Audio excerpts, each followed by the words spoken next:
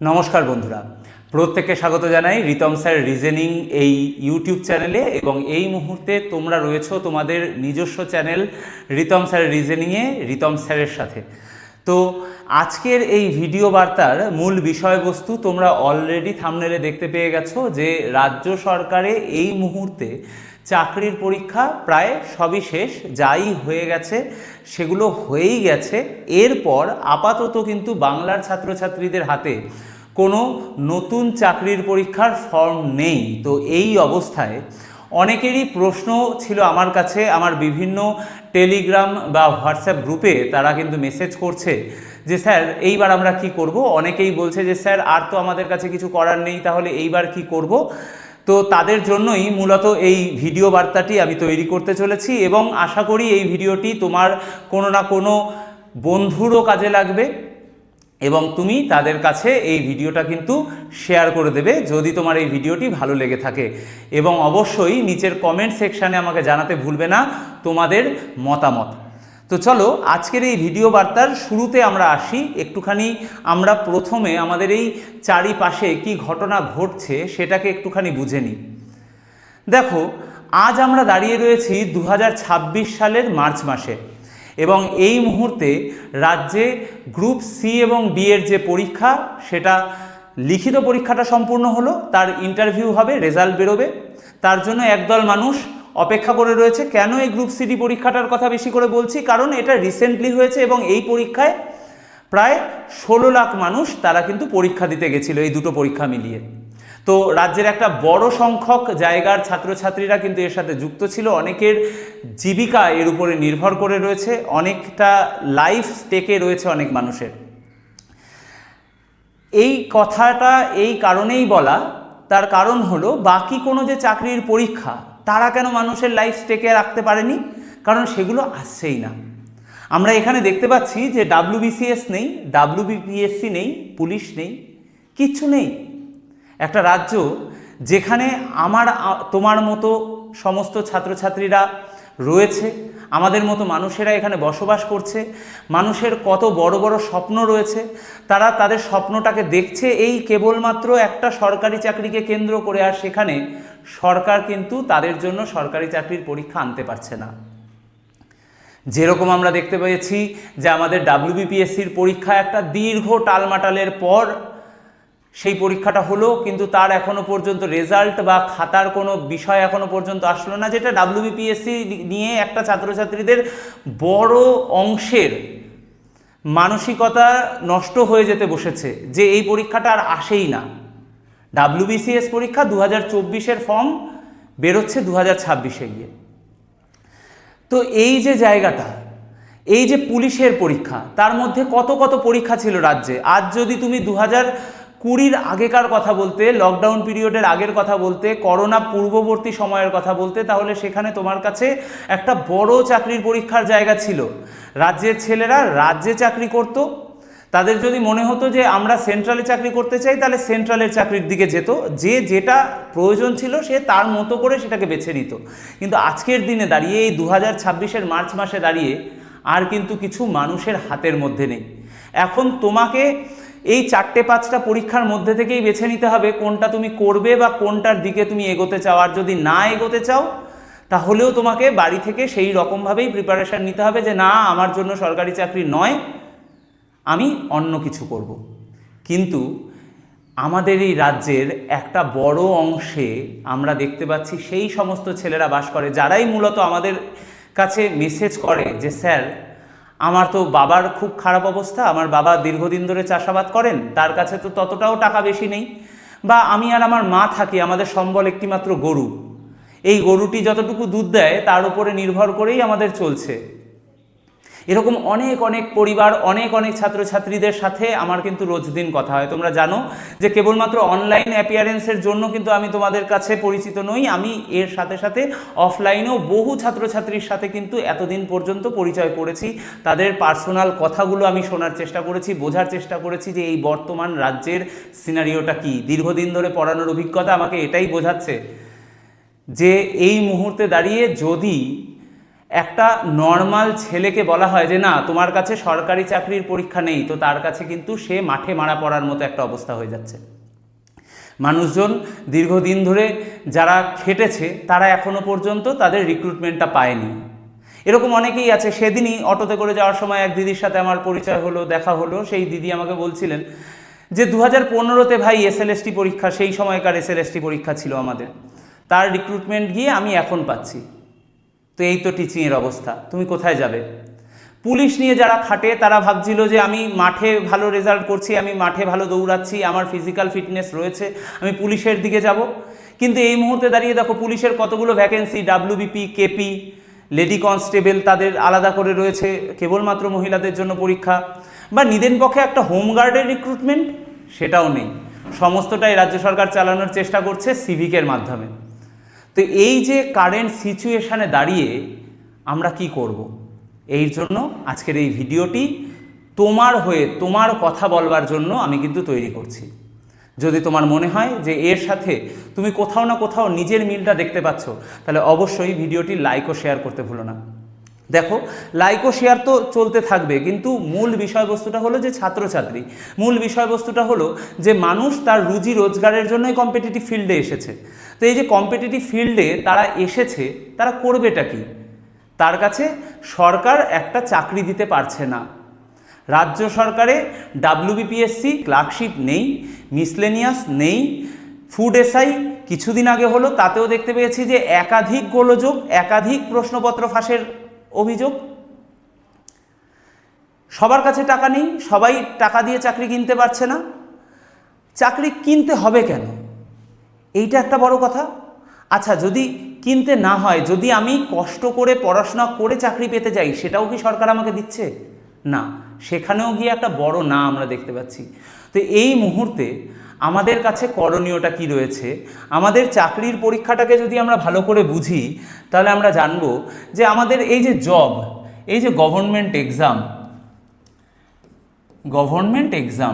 এই গভর্নমেন্ট এক্সামটা কিন্তু আমাদের কাছে দুটো ভাগে বিভক্ত ছিল এতদিন পর্যন্ত। একটা ছিল স্টেট এক্সাম, একটা ছিল সেন্ট্রাল এক্সাম। স্টেট এবং সেন্ট্রালের মধ্যে সমস্ত কিছু ছিল বিভক্ত।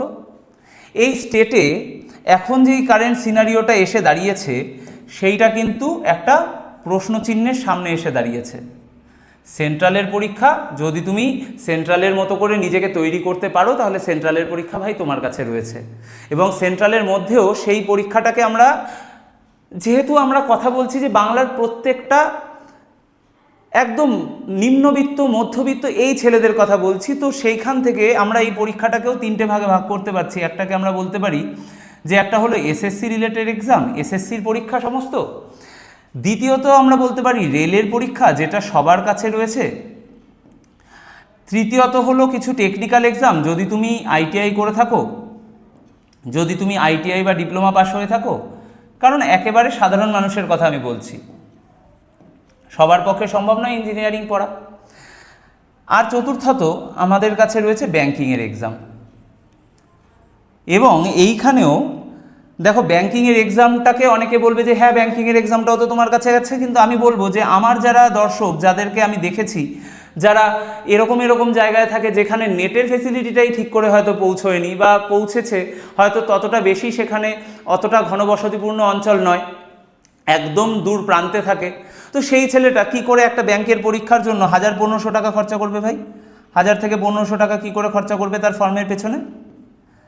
সুতরাং এই ব্যাংকিংয়ের পরীক্ষাটাকেও আমরা বাদ দিয়ে দিতে হবে, কারণ আমাদের কাছে অনেকের কাছে সেই টাকাটাই নেই। আরে তুমি 1000-1500 টাকা দিয়ে ফেলবে, তো তুমি সংসার চালাবে কি করে? কথা তো তাদেরকে নিয়ে, তারাই তো খেটে খাওয়া মানুষ। কারণ বাকি যারা রয়েছে তারা এই পরীক্ষাগুলো অনায়াসে দিতে পারে, কারণ এদের ফর্মের দাম খুবই কম, নগণ্য, হয়তো কম বেশি করে 300 টাকার মধ্যে এদের ফর্মের ফিল আপ টাকাটা হয়ে যায়, সবাই পারে, সবার সাধ্যের মধ্যে রয়েছে। কিন্তু এখানে ব্যাংকিংয়ের পরীক্ষার অনেক দাম, তাই তুমি ফর্মটাই ফিল আপ করতে পারছো না। অনেকেই বলবে যে স্যার আমার কাছে এইসব কিছুরই দরকার নেই, আমি অমুক স্যারের ক্লাস দেখেছি, তমুক জায়গায় আমি শুনেছি, আমি ব্যবসা করব। তো বাবু তোমাকে বলে রাখি যে তুমি যদি ব্যবসা করতে চাও না, ব্যবসা, এই ব্যবসার জন্য তোমার দুটো জিনিসের প্রয়োজন। এই ব্যবসার জন্য তোমার দুটো জিনিসের প্রয়োজন। একটা হলো তোমার স্কিল, তোমাকে আগে ব্যবসাটা সম্বন্ধে জানতে হবে। একটা হলো স্কিল, তোমাকে ব্যবসা সম্বন্ধে জানতে হবে। তুমি ব্যবসার আগামাথা কিছুই জানো না, তুমি আজকে বসলেই কালকে 2 টাকা কামিয়ে ফেলবে, এতটা সোজা ঘটনা নয়। দ্বিতীয়ত কি রয়েছে? দ্বিতীয়ত রয়েছে এর মধ্যে যেটা সবচেয়ে বড় দরকার, সেটা হলো একটা টাকা, মূলধনের প্রয়োজন। মূলধন, সবার কাছে কিন্তু এই মূলধনটা সমপরিমাণ নেই। ফর্মই ফিল আপ করতে পারছে না 300-350 টাকার ফর্ম ফিল আপ, সেখানেও দেখতে হচ্ছে যে আমি এসসি কিনা, এসটি কিনা, ওবিসি কিনা, আমার কিছুটা ছাড় হবে কিনা, আমি ইডাব্লিউএস ক্যাটাগরির কিনা। সেইখানে ব্যবসা করবার জন্য এই মূলধন কোথা থেকে পাবে, কোথা থেকে আসবে? অনেকেই বলছে যে না আমি ওই চেন মার্কেটিং করব, চেন মার্কেটিংয়ের ওই কাজ করব।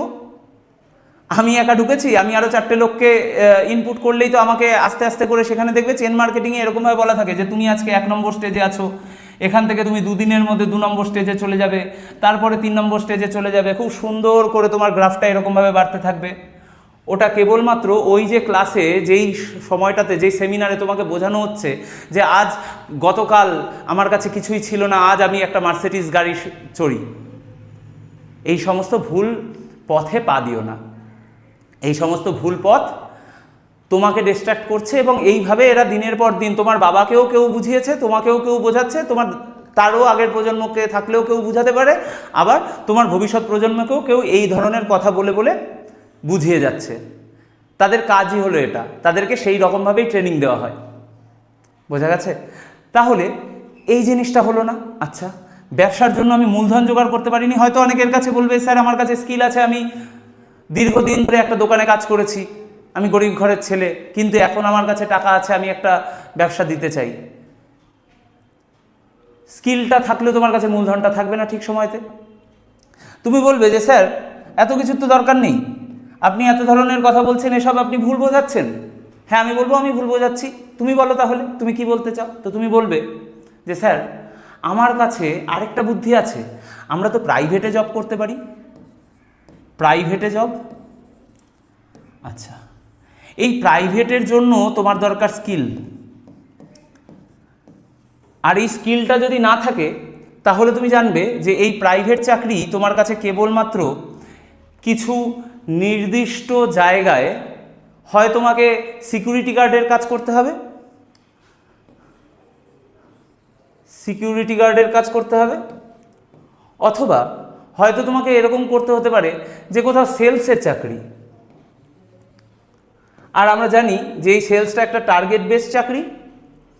সিকিউরিটি গার্ডের জন্য যে একটা নির্দিষ্ট টাইম আমাকে দিতে হবে, সেই টাকা, সেই সময়তে আমি যেই টাকাটা পাচ্ছি সেটা খুবই নগণ্য। এই বর্তমান সমাজে তোমার জন্য সংসার চালানোটা, এই প্রাইভেটের যে জিনিস, তোমার কাছে যদি স্কিল না থাকে, তুমি এই বাকি দুটোতে যদি ঢোকো, তাহলে স্কিল মানে কি বলতে চাইছি, টেকনিক্যাল স্কিল। এখানে কিন্তু একদম স্পেসিফিক তোমাকে বলে দিচ্ছি যে টেকনিক্যাল স্কিল, হাতের কাজ। তুমি যদি সেই জিনিসগুলো না জানো তো প্রাইভেটে তোমার কাছে রাস্তা খুবই কম, এগুলোই কেবলমাত্র পড়ে আছে। তুমি একটুখানি প্রথমত তোমার যদি মানে 2 টায়ার সিটিতে যদি তোমার বাড়ি হয় বা 3 টায়ার সিটিতে যদি তোমার বাড়ি হয়, তাহলে তো সেখানে এগুলো দেখতে পাবেই না। তাও কিছু কিছু মল পাবে যেখানে এইসব সেলসের কাজ আছে। আর যদি তুমি এই কলকাতা এবং তার পার্শ্ববর্তী অঞ্চল দেখো, তাহলে একটুখানি কলকারখানা দেখতে পাবে যেখানে এই স্কিলফুল লেবাররা কাজ করছে। তো প্রাইভেটে একটা অনিশ্চয়তা, ব্যবসার জন্য নেই মূলধন, এই মূলধনটাই আমাদের কাছে নেই। এইখানে আমরা দেখতে পাচ্ছি যে লোক ঠকাচ্ছে, যেই পরিমাণে বলা হচ্ছে গ্রোথ হবে, এই এরকমভাবে একদম ফটাস করে একটা গ্রোথ হয়ে যাবে, সেই গ্রোথটাও হচ্ছে না। তাহলে আমরা করবোটা কি? এই রকম অবস্থায় আমাদের মতো গরিব ছেলেরা ফিরে আসে সরকারি চাকরির দিকে। তাদের কাছে এই জন্যই গভর্নমেন্ট এক্সামটা একটা বড় জায়গা, এবং সেই গভর্নমেন্ট এক্সাম যখন দেওয়ার কথা ভেবে একটা ছেলে যখন আসলো, তখন সে দেখতে পারলো সালটা হয়ে গেছে 2026, এবং সেইখানে দাঁড়িয়ে সে দেখতে পাচ্ছে যে এর মধ্যে স্টেটের আর কোনো পরীক্ষা নেই, এবং সে ঘুরে ফিরে আবার একই জায়গায় চলে আসলো যে স্টেটের মধ্যে এখানে কবে পরীক্ষা হবে, কবে ফর্ম বেরোবে তার কোনো ঠিক ঠিকানা নেই, কারণ রাজ্য সরকার উদাসীন। একদম সোজা সাপটা বাংলা কথা, রাজ্য সরকার উদাসীন। তুমিও দেখতে পাচ্ছ, আমিও দেখতে পাচ্ছি। এখন তুমি একটুখানি ফেসবুক, ইউটিউব সমস্ত জায়গায় খোঁজ নিয়ে দেখো, দেখো কী ধরনের পোস্ট আসছে। সেখানে একটাই পোস্ট আসছে যে কে কে ১,৫০০ টাকা পেলে তার স্ক্রিনশটটা পাঠাও। এই ১,৫০০ টাকা, এই ভাতার টাকা নিয়ে কতদিন চলবে? চলবে না। তাই আমাদেরকে এই স্টেট এক্সাম থেকে বাধ্য হয়েই সুইচ করতে হবে, এবং সেই সুইচটাই করতে হবে কোথায়? সেন্ট্রাল এক্সামের দিকে। আর সেন্ট্রাল এক্সামই আপাততর জন্য এই মুহূর্তে দাঁড়িয়ে, যেহেতু যেই দিন তোমার কাছে স্টেটের অবস্থা ভালো হয়ে যাবে তুমি সেদিন স্টেটের দিকে ফিরে এসো ভাই। কিন্তু যখন তোমার কাছে স্টেটের পরীক্ষা নেই তখন তো তোমাকে তো কিছু করে তো চাকরিটা পেতে হবে, তোমাকে তো কিছু করে নিজের সংসারটাকে বাঁচাতে হবে, নিজেকে বাঁচাতে হবে। তাহলে তুমি কি করতে পারো? সেন্ট্রাল এক্সামের দিকে তুমি ফোকাস করতে পারো, এবং সেখানে এই মুহূর্তে ওই একটু আগেই বলছিলাম, তোমরা নিশ্চয়ই শুরু থেকে ভিডিওটা এখনো পর্যন্ত দেখছো, তাহলে এই সেন্ট্রাল এক্সামের মধ্যে তোমার কাছে কিন্তু রয়েছে কেবলমাত্র দুটো এক্সামই, এসএসসি আর রেল। এই দুটোই মানুষের কাছে খুবই সুন্দর দুটো চাকরি। আর যদি তোমার মনে হয় যে স্যার আমি এই পরীক্ষাগুলো দেব কিন্তু ইংরাজি পড়বো না, কারণ এই পরীক্ষা দিতে গেলেই একটা সমস্যা এসে দাঁড়াবে। বাংলার ছেলেপেলেরা এখন বলে বেড়াচ্ছে যে আমি বাংলার ছেলে, আমি বাংলা ভাষা ছাড়া পরীক্ষা দেব না, এবং সেখানে বাংলা ভাষাটা খুবই গুরুত্বপূর্ণ। প্রশ্ন পড়ার জন্য তো ঠিকই আছে, কোনো সমস্যা নেই। এখন রেলেরও পরীক্ষা হচ্ছে বাংলায়, এসএসসিরও পরীক্ষা হচ্ছে বাংলায়, সিজিএল এর পরীক্ষা হচ্ছে না, কিন্তু সিএইচএসএল পর্যন্ত বাংলায় পরীক্ষা দেওয়া যাচ্ছে। এই যে পরীক্ষাগুলো হচ্ছে বাংলায়, কিন্তু এর সাথে এখানে কিন্তু এসএসসির জন্য, এসএসসির যে গোটা স্ট্রাকচার তাতে কিন্তু তোমাকে পড়তে হবে ইংলিশ, এখানে পড়তে হবে তোমাকে ম্যাথ, রিজনিং এবং জিকে বা জিএস, জেনারেল স্টাডিজ। এই চারটে জিনিস পড়তে হবে, যার মধ্যে এই তিনটেতে তুমি বাংলায় কোয়েশ্চেন তো দেখতে পাবে, কিন্তু ইংলিশটা কি করবে বাবু? এইখানে গিয়ে আবার বেশিরভাগ ছাত্রছাত্রী পিছিয়ে পড়ছে। তো তোমাদেরকে বলবো, যারা যারা এই মুহূর্তে এই ভিডিওটা দেখছো, সবার প্রথমে মন দাও কোথায়? মন দাও এই ইংরাজি পড়ার দিকে। রিজনিং তোমার জন্য রিতম স্যার আছে, ম্যাথের জন্য এরকম কোনো না কোনো স্যার থাকবেই, তোমরা ইউটিউবেও তাদেরকে দেখতে পাচ্ছ, তাদের কাছ থেকে ক্লাস করো, বা বিভিন্ন যে কোনো মাধ্যমে তোমার যেই স্যারকে ভালো লাগে তার কাছ থেকে তুমি করো। জিএসও সেরকম কোথাও থেকে একটা করো, কিন্তু প্রথমে তুমি ইংলিশটাতে মন দাও, কারণ ইংলিশটা তোমাকে শিখতে হবে, আর ইংলিশকে ফেলে রাখার জায়গা নেই। এবার তুমি বলবে স্যার তাহলে আমি এখান থেকে কিন্তু রেলকে বেছে নেব, কারণ রেলের মধ্যে ইংলিশ নেই। কিন্তু সবসময় মনে রাখবে যে এই রেলের মধ্যে যখনই তুমি পরীক্ষা দিতে যাচ্ছ, যেহেতু তুমি বাংলায় বাংলার মতো করে পড়াশোনা করছো, সেখানে গিয়ে অনেক অনেক প্রতিবন্ধকতা দেখা যাচ্ছে। যেটা সবচেয়ে বড় কথা হলো কোয়েশ্চেনের কোয়ালিটি। বাংলায় যে ধরনের জল ভাতের মতো প্রশ্ন আসে সেরকম তো আর সেন্ট্রালে আসে না। তো এই কারণের জন্য সবসময় মনে রাখবে যে এইখান থেকে তোমাকে যেইটাতে মাথা দিতে হবে সেটা হলো এই এসএসসির মধ্যে থেকেও সবচেয়ে বড় যে এক্সাম, এসএসসির যেটা আপাতত বড় এক্সাম, সেইটাকে যদি তুমি একটুখানি দেখো, সেটা হলো এসএসসি সিজিএল।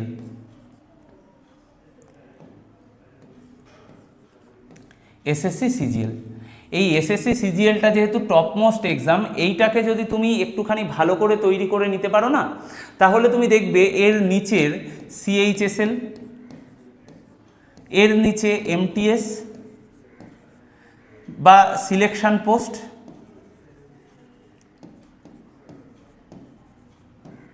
এই ধরনের যে এক্সামগুলো আছে। আরও একটা পরীক্ষা ছিল অনেক দিন ধরে, তার কোনো পাত্তা পাওয়া যাচ্ছে না, কিন্তু আশা করি ভবিষ্যতে আসবে, যেটা হলো স্টেনোগ্রাফার।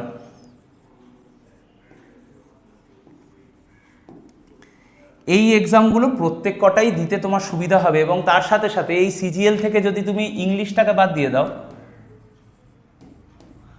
তাহলেই কিন্তু তোমার এখান থেকে রেলটাও কমপ্লিট হয়ে যাচ্ছে, কারণ বাকি পেপারগুলো রেলওয়েজে আছে। তাহলে তুমি এবার মনস্থির করো তোমাকে কি করতে হবে, কিভাবে নিজেকে প্রিপেয়ার হতে হবে। যদি তুমি বলো যে স্যার আমি তো দীর্ঘদিন ধরে কখনোই ইংলিশ পড়ে আসিনি, আমি তো ইংলিশ সম্বন্ধে একেবারেই জ্ঞান নেই, আমি কি করব, তাহলে তোমার জন্য আমি আছি। তোমাকে আমি বলতে পারি যে ইংলিশটাকে যদি তুমি তৈরি করতে চাও, তাহলে তুমি একটুখানি একটা পেপার কিনবে, প্রত্যেক সপ্তাহে একটা করে পেপার কিনবে, এবং সেটা সারা সপ্তাহ ধরে পড়বে, আর সেখান থেকে নতুন নতুন ওয়ার্ড বার করবে। পেপারটার নাম সবাই তোমরা হয়তো চেনো, যদি না চেনো তাহলে আজকে দেখে নেবে, দ্য হিন্দু পত্রিকা। দ্য হিন্দু, এইটার থেকে কিন্তু আমাদেরকে ইংরাজিটা নতুন নতুন ওয়ার্ড আমাদেরকে শিখতে হবে, যাকে আমরা বলি ভোক্যাবস বা স্টক অফ ওয়ার্ডস। এইটা দিয়ে শুরু করে দেখো না। তারপরে তো তোমরা জানোই যে কি করে স্যারের সাথে কথা বলতে হয়, কি করে স্যারের কাছে আমরা মেসেজ করতে পারবো, সেখান থেকে পরবর্তীটা না হয় জেনে নিও। কিন্তু আমি তোমাকে কথা দিয়ে বলতে পারি, যদি তুমি আমার এই কথাটা শুনে অন্তত 6 মান্থস 6 মাস, এই 6টা মাস যদি তুমি একটু চলতে পারো,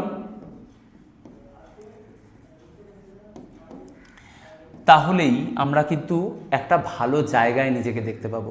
কারণ এই মুহূর্তে বাংলার যা সিচুয়েশান, সেইখানে দাঁড়িয়ে একটা সরকারি চাকরি পাওয়া চারটিখানি কথা নয়, যদি আমরা তার সাথে সাথে সেন্ট্রাল গভর্নমেন্টের এক্সামকেও টার্গেট না করি। তো আশা করি এই ছোট একটা ভিডিও বার্তার মাধ্যমে তোমাদেরকে অনেকগুলো কথা আমি বোঝাতে পেরেছি, অনেকগুলো জিনিস তোমাদেরকে জানাতে পেরেছি। আশা করি তোমাদের কাছে ক্লিয়ার হয়েছে এই মুহূর্তে দাঁড়িয়ে তুমি কি করে নিজেকে তৈরি করতে পারো বা কি করে তোমার স্বপ্নের চাকরিটি তোমার কাছে আসতে পারে। তো যদি তোমার ভিডিওটি ভালো লেগে থাকে অবশ্যই ভিডিওটিকে লাইক ও শেয়ার করতে ভুলো না। এবং এই মুহূর্তে আবার তোমাদের কাছ থেকে বিদায় নিচ্ছি। দেখা হবে কোনোদিনও এর পরবর্তী যে কোনো ভিডিও বার্তায়। টিল দেন তোমরা প্রত্যেকে ভালো থেকো। Till then tata.